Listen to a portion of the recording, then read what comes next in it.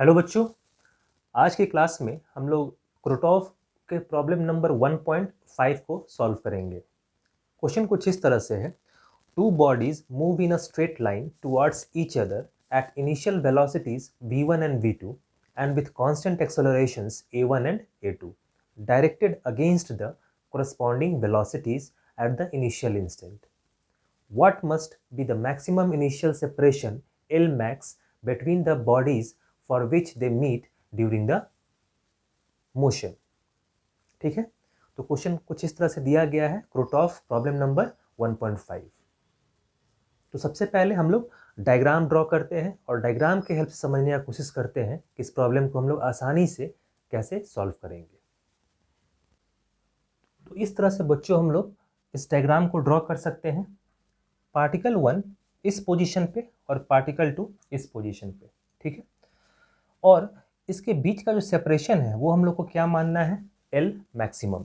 इसको डिनोट कर रहे हैं हम लोग एल मैक्सिमम से। कुछ इंफॉर्मेशन हम लोग डायग्राम में मार्क कर सकते हैं, जैसे पार्टिकल 1 का जो वेलोसिटी है कुछ इस तरीके से है v1 और पार्टिकल 2 का वेलोसिटी इस तरह से v2 शो कर सकते हैं। साथ ही साथ एक्सेलरेशन भी गिवन है जो कि वेलोसिटी के अपोजिट डायरेक्शन में।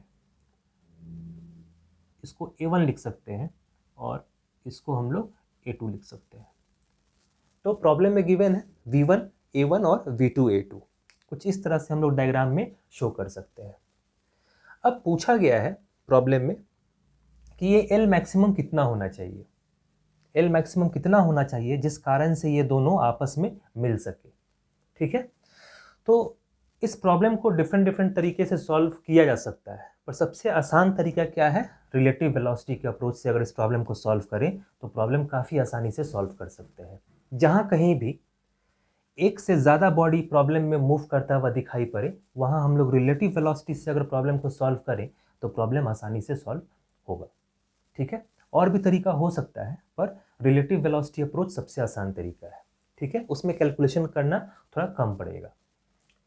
अब हम लोग क्या करते हैं कि किसी एक में ऑब्जर्वर को शिफ्ट करते हैं। सपोज पार्टिकल 1 को हम लोग ऑब्जर्वर की तरह ट्रीट करते हैं, ठीक है।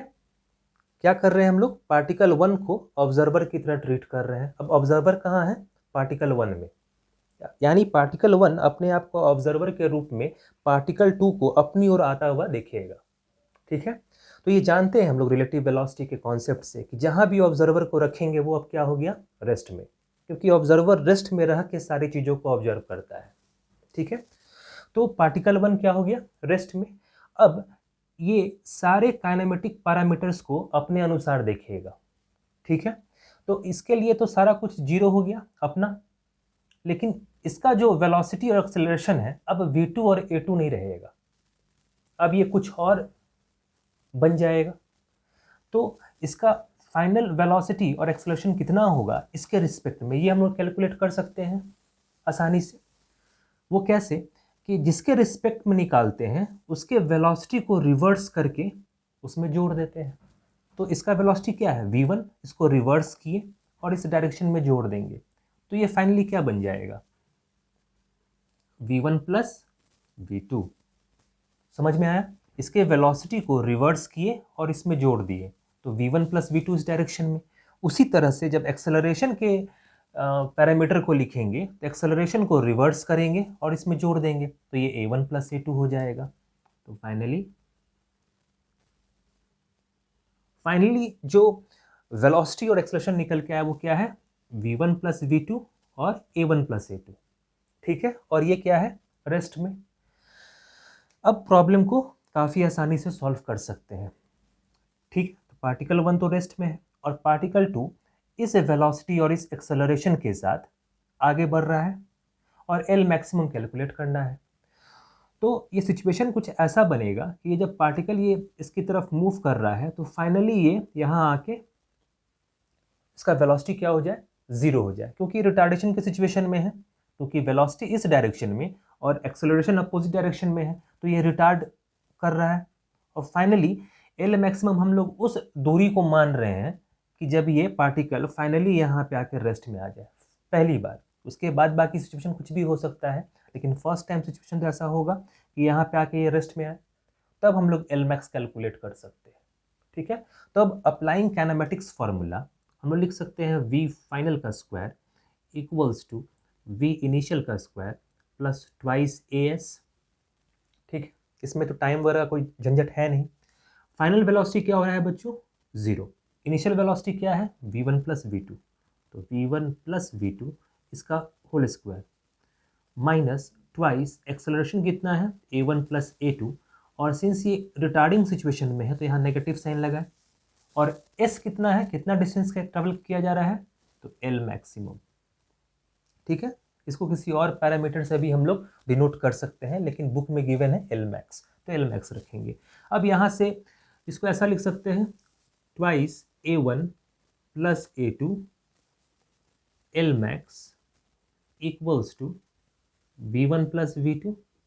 कितनी आसानी से हम लोग इसको सॉल्व कर रहे हैं और रिजल्ट तक पहुंच जाएंगे, ये बाकी मेथड से काफ़ी आसान तरीका है।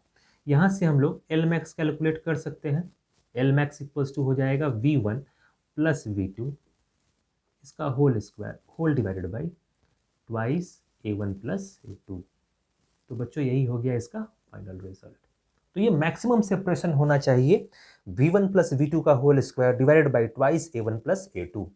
ठीक है, तो एल मैक्स का वैल्यू हम लोग कैलकुलेट कर सके हैं। और भी डिफरेंट तरीका हो सकता है, डिफरेंट स्टूडेंट डिफरेंट तरीके से इसको अप्रोच कर सकता है, पर रिलेटिव वेलोसिटी से हम लोग मात्र 4 लाइन में इस प्रॉब्लम को सॉल्व कर सकते हैं।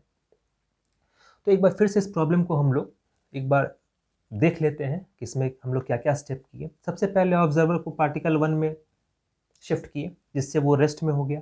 अब रेस्ट में होगा तो वो सारे पैरामीटर्स को अपने अनुसार देखेगा, ऑब्जर्व करेगा, तो डिफरेंट पैरामीटर्स को इसके रिस्पेक्ट में निकाले। किए क्या कि इसके वेलोसिटी को उल्टा करके इसमें जोड़े, फिर इसके एक्सेलरेशन को रिवर्स करके इसमें जोड़े।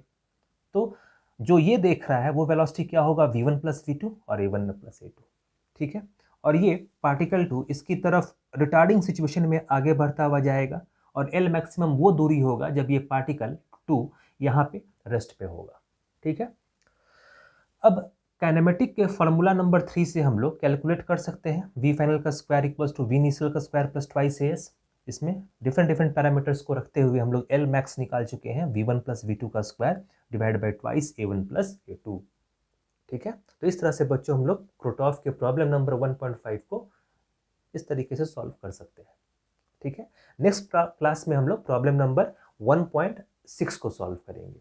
ठीक है, तो मिलते हैं नेक्स्ट क्लास में।